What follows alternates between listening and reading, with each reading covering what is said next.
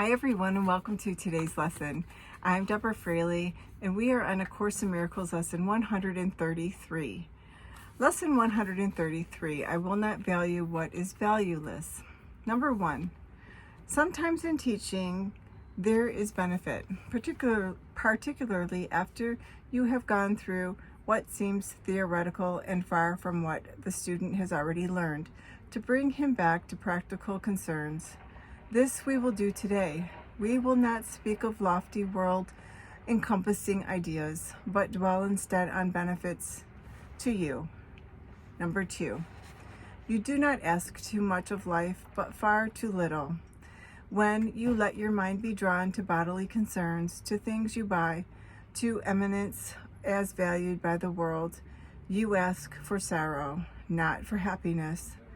This course does not attempt to take from you the little that you have. It does not try to substitute utopian ideas for satisfactions which the world contains. There are no satisfactions in the world. Number 3, today we list the real criteria by which to test all things you think you want. Unless they meet these sound requirements, they are not worth desiring at all, for they can but replace what offers more. The laws that govern choice you cannot make, no more than you can make alternative from which to choose. The choosing you can do indeed, you must, but it is wise to learn the laws you set in motion when you choose, and what alternatives you choose between. Number 4, we have already stressed there are but two, however many there appear to be. The range is set, and this we cannot change. It would be most ungenerous to you to let alternative be limitless and thus delay your final choice until you had considered all of them in time and not been brought so clearly to the place where there is but one choice that must be made. Number 5, another kindly and related law is that there is no compromise in what your choice must bring. It cannot give you just a little, for there is no in-between. Each choice you make brings everything to you or nothing. Therefore, if you learn the tests by which you cannot distinguish everything from nothing, you will make the better choice. Number 6, first, if you choose a thing that will not last forever, what you choose is valueless. A temporary value is without all value. Time was never there and makes no offering to him who choose it. I don't know what happened there, but okay.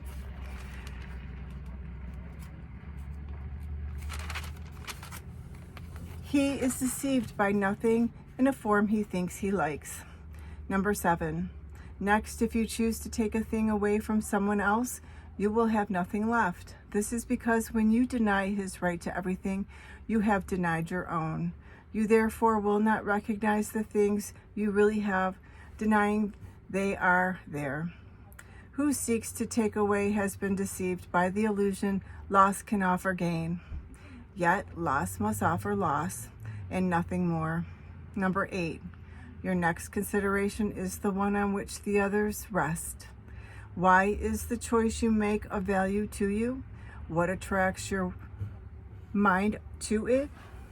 What purpose does it serve? Here is the easiest of all to be deceived, for what the ego wants, it fails to recognize.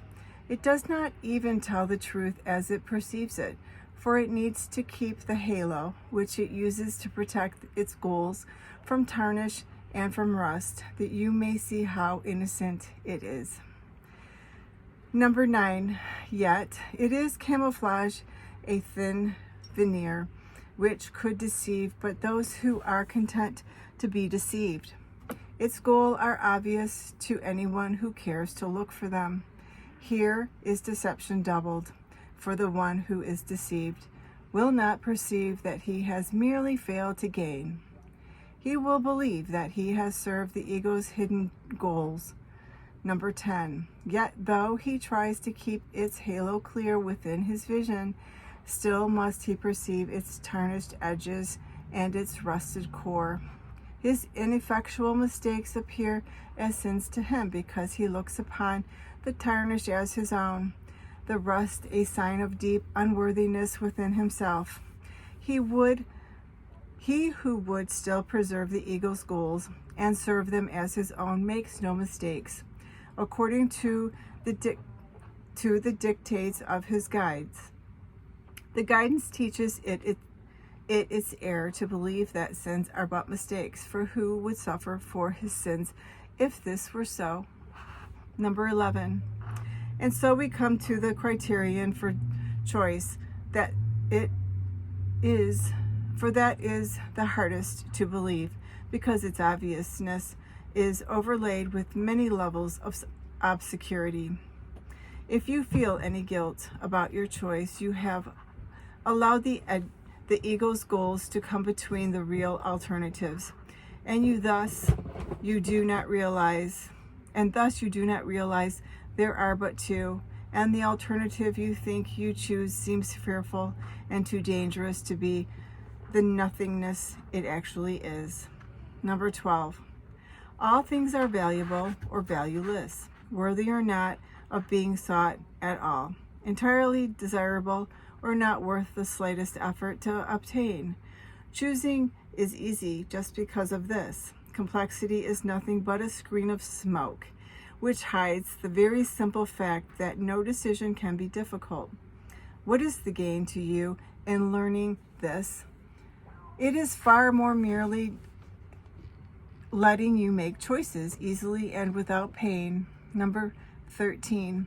Heaven itself is reached with empty hands and open minds, which come with nothing to find everything and claim it as their own. We will attempt to reach this state today, which self-deception laid aside, and with an honest willingness to value but the truly valuable and the real. Our 2 extended practice periods of 15 minutes each begin with this: I will not value what is valueless, and only what has value do I seek, for only that do I desire to find. I'm going to repeat that. So our 2 extended practice periods of 15 minutes each begin with this: I will not value what is valueless, and only what has value do I seek, for only that do I desire to find. Number 14. And then receive what waits for everyone who reaches unencumbered to the gate of heaven, which swings open as he comes. Should you begin to let yourself collect some needless burdens, or believe you see some difficult decisions facing you, be quick to answer the simple thought: I will not value what is valueless, for what is valuable belongs to me. So that was today's lesson. Lesson 133. I will not value what is valueless. I'm now going to channel the light language activation for today's lesson.